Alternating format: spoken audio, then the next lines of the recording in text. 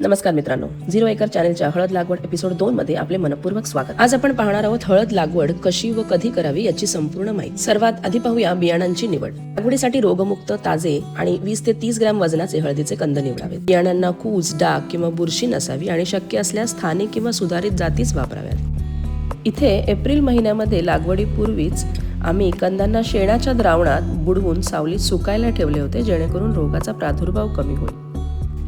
आणि मग 15 ते 20 दिवसांनी अक्षय तृतीयेला त्यांना अशा प्रकारे मोड येऊ लागतात। आता आपण पाहूया खताचे व्यवस्थापन।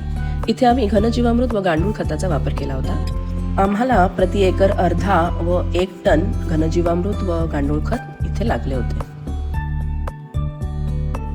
मग आभाळामध्ये डोळेना पावसाची प्रतीक्षा सुरू होती।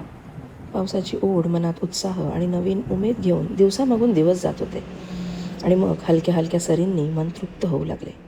मातीच्या सुगंधाने मन जणू काही हरवूनच गेले। त्या पहिल्या पावसाच्या थेंबाची आणि मातीच्या सुगंधाची ओढ काही वेगळीच असते, नाही का?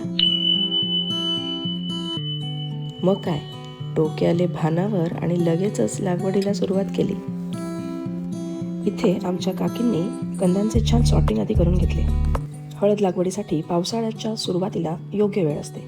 इथे आम्ही 2 ओळींमध्ये 1.5 फुटाचे अंतर व 2 रोपांमध्ये 1 फुटाचे अंतर ठेवले होते आणि कंद साधारण 5 ते 7 सेंटीमीटर खोल आत लावला होता। काही कंदांना तुम्ही पाहू शकता लहान लहान पाने देखील आली होती। कंद त्या लहानशा खड्ड्यात घालण्यापूर्वी घनजीवामृत व गांडूळ खताचे 1 मूठभर मिश्रणात घातले होते, त्यामुळे रोपांची वाढही जोमाने झाली होती।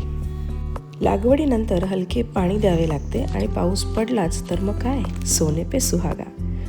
ओलावा टिकवण्यासाठी मल्चिंग व योग्य फवारणी केल्यास तणावर नियंत्रण ठेवता येते। याबद्दलचा व्हिडिओ पुढील एपिसोडमध्ये पाहूया व 0 एकर सोबत सेंद्रिय जीवनशैली अनुभवूया। धन्यवाद।